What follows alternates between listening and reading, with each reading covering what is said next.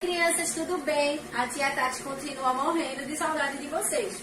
E hoje, para me ajudar a ministrar essa aula, eu trouxe 4 convidados super especial. O Davi, a Bianca, a Brenda e a Lara. Nós vamos falar sobre liderança.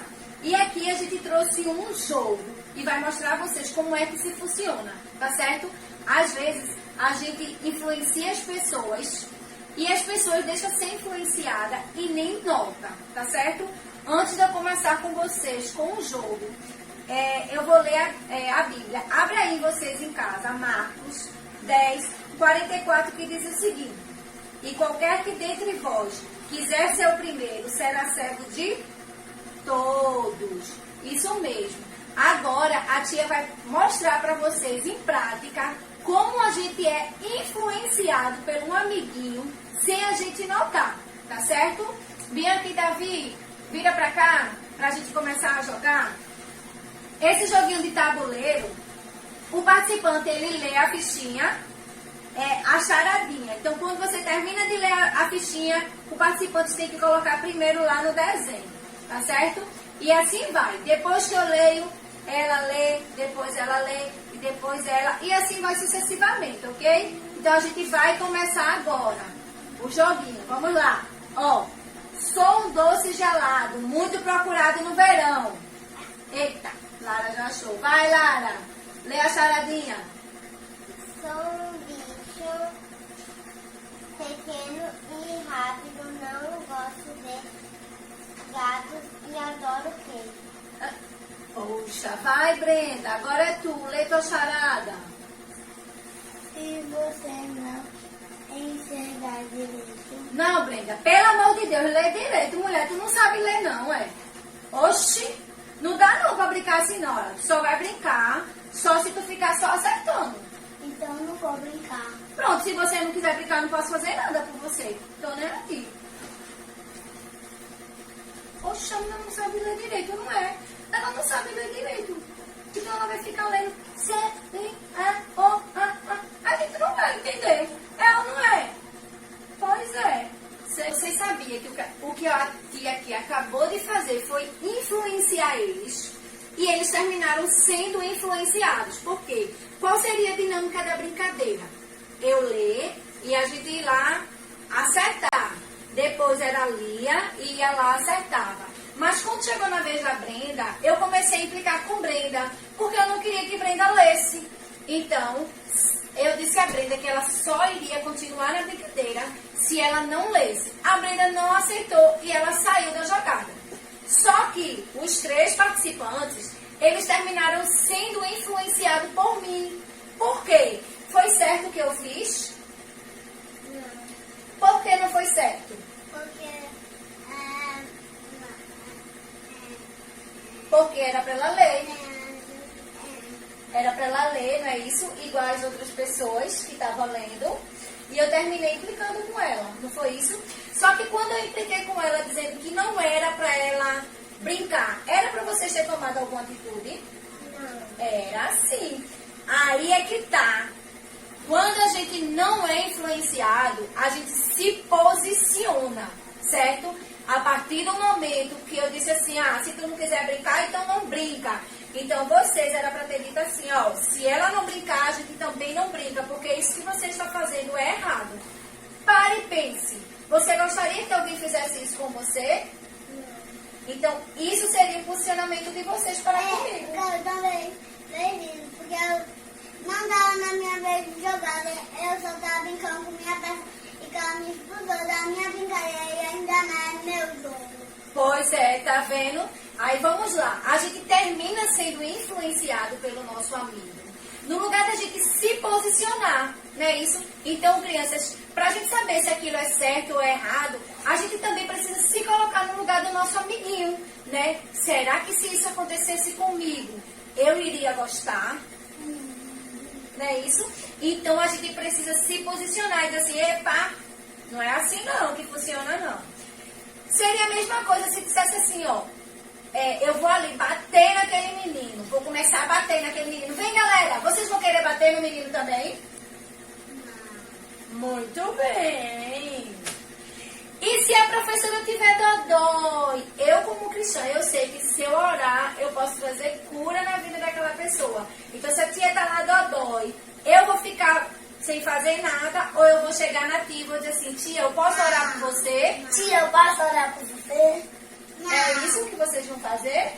Sim, Bianca. A gente vai pedir a tia para orar por ela, porque através da oração a gente pode trazer cura, porque Deus permitiu que a gente fizesse isso. Eu agora vou trazer para vocês. Primeiro Samuel, certo? Primeiro Samuel, do 15 do 24 ao 27, que diz assim, ó. Então disse Saul a Samuel, pequei porquanto tenho transpassado o dito do Senhor e as tuas palavras, porque temi o povo e dei ouvido às suas vozes. Aqui está dizendo o seguinte, ó, ele conhecia, ele sabia o que era correto, mas ele não ligou. Por ele ter medo à voz do povo, por ele ter medo que o povo estava dizendo, ele não deu ouvido à voz de quem? A voz de Deus. Agora, pois, te rogo, perdoa-me o meu pecado e volta comigo, para que adore o Senhor. Porém, Samuel disse a Saul, não tornarei contigo, porquanto rejeitaste a palavra do Senhor. Já te rejeitou o Senhor, para que não seja rei sobre Israel. E virando-se Samuel para se ir, ele lhe pegou pela borda da capa e a rasgou. Então, o que foi que aconteceu? O rei, sabia, o rei Saul, ele sabia o que era certo naquele momento, né? Isso, mas ele não quis dar ouvido à palavra do Senhor. Ele rejeitou a palavra do Senhor e deu ouvido à palavra do povo, porque ele teve medo. Então, isso gerou consequência para ele. Eu vou contar uma história muito legal. Essa história vocês conhecem. As tias já vêm falando dessa história desde o da primeira ministração sobre o nosso tema, tá certo? É sobre a história do rei Davi. Vocês conhecem? Sim. Vocês sabiam que na hora que o rei Davi chegou lá para levar o alimento para o seu irmão, tinha um Golias bem grandão lá e todos os soldados estavam com o quê? Estava armado, mas estava com medo. Eles estavam com medo. Por que eles estavam com medo?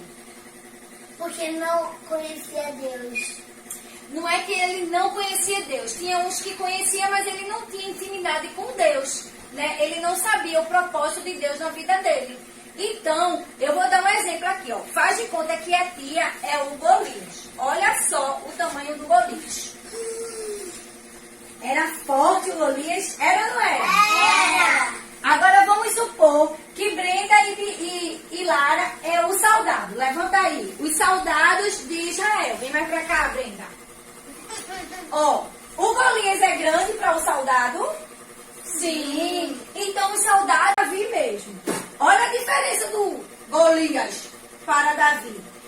Eu era bem maior, não era? Então o Golias era quase 2 vezes maior.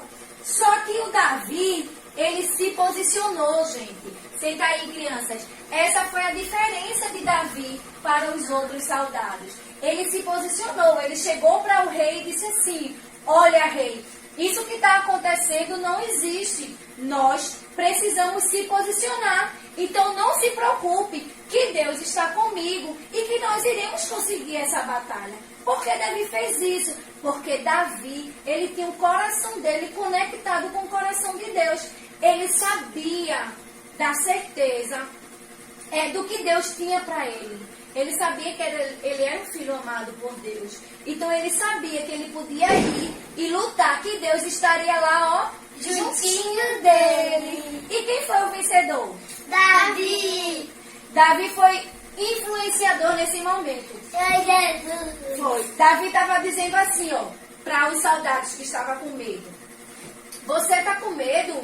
Você está dizendo a ele que não pode, porque na hora o irmão de Davi chegou e fez assim, ó, Davi, tu não vai lutar não, Davi, tu não tá vendo não que Golias é maior que tu, Davi, não vai não, vice. Mas Davi não deu ouvido ao irmão, não deu ouvido aos soldados e também não deu ouvido a Deus. Ele teve ousadia, não deu ouvido ao rei. Ele teve ousadia e deu ouvido a Deus, né? Ele sabia que Deus tinha um plano na vida dele. Então ele foi lá, ó, e pegou Golias. Uma pedrinha. Pois é, o resto da história vocês sabem. Tem outra passagem também que fala sobre Pedro. Deixa a tia pegar aqui, ó, pra vocês. Que fica lá em Atos, tá certo? Em Atos 3 e o 4, que fala sobre Pedro e João. Quando Jesus veio, Pedro e João, quando Jesus veio, que antes dele morrer, ele deixou os seus discípulos, né? E explicou aos seus discípulos o que eles iriam fazer. Então, depois que Jesus não estava mais neste mundo, né? Ele já tinha sido ressuscitado, já estava lá na glória dele e tudo mais. Pedro e João e seus discípulos deram continuidade àquilo que Deus veio fazer, não é isso? Então, Pedro e João foi ao templo. Quando chegou lá no templo, tinha um homem que não andava. Ele era coxo. Pois é. E aí o homem fez assim: ei, me dá uma esmolinha, por favor. Aí o que foi que Pedro e João disse assim: olha, a gente não tem ouro, a gente não tem prata, mas a gente pode lhe dar aquilo que nós temos. E o homem, ele ficou alegre, né? Então ele fez assim, ó. De Jesus Cristo, levanta-te e anda. Em nome de Jesus Cristo, levanta-te e anda. E naquele momento, o homem que era aleijado, ele começou a andar. Todo mundo ali, ele ficou maravilhado com aquilo que tinha acontecido. Poxa, esse João e Pedro fez isso mesmo, eles estão conseguindo andar. Então eles falaram tanto, que terminou os guardas, tudinho, né? Ficaram sem entender por que estavam falando tanto desse Pedro, desse João, de tudo aquilo que estava dizendo. Mas Pedro e João disseram assim: olha, a gente não fez nada. Quem deu a cura a esse rapaz foi Jesus Cristo, foi ele que curou. Eu só permiti que ele me usasse, que ele permitisse que através da minha vida ele trouxesse a cura. Porque Deus disse assim, Jesus disse assim, que a gente pode trazer cura para as pessoas, a gente precisa crer. Então a gente vai impor a nossa mão e vai repreender toda e qualquer enfermidade naquele enfermo, tá certo? E ali vai trazer cura. Então era justamente isso que Pedro e João estavam fazendo. Só que eles foram presos por essa atitude. Não foi errado de terem prendido ele? Foi ou não foi? Foi. Pois é, foi errado de terem prendido ele. Então, quando ele foi preso, o que foi que ele fez? Ficou lá, ele ficou orando. E as outras pessoas ficaram pedindo, orando a Deus para que ele pudesse ser solto. Só que quando os fariseus foram lá e disseram assim: olha, eu vou te libertar, vice da prisão. Agora tem o seguinte, não fica falando desse Jesus por aí não, vice, porque se eu ver que tu estiver falando de Jesus por aí, eu vou te prender de novo. E vocês acham que ele ia parar de falar? Por quê? Porque ele confiava em Deus.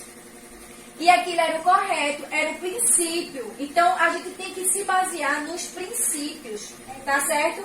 Então o que foi que ele fez? No lugar dele ficar calado, ele foi para casa e chamou todas as pessoas e começou a orar, pedindo a Deus ajuda, sabedoria, que fortalecesse ele, que livrasse ele de todo o mal. Mas ele continuou falando da palavra de Deus, ele continuou sendo ousado, porque ele sabia que a missão dele era influenciar pessoas, era falar do amor de Deus para as pessoas, era mostrar às pessoas como se fazer as coisas corretas. Esse seria o papel dele. E qual seria o nosso papel? Falar do amor de Deus, ler a palavra, mas a gente precisa também colocar em prática, não é isso? Então a gente precisa também colocar em prática aquilo que a gente lê, tá certo? Vocês entenderam o que é influenciar e ser influenciados? Vocês querem falar alguma coisa sobre isso? Então fala aí, Brenda.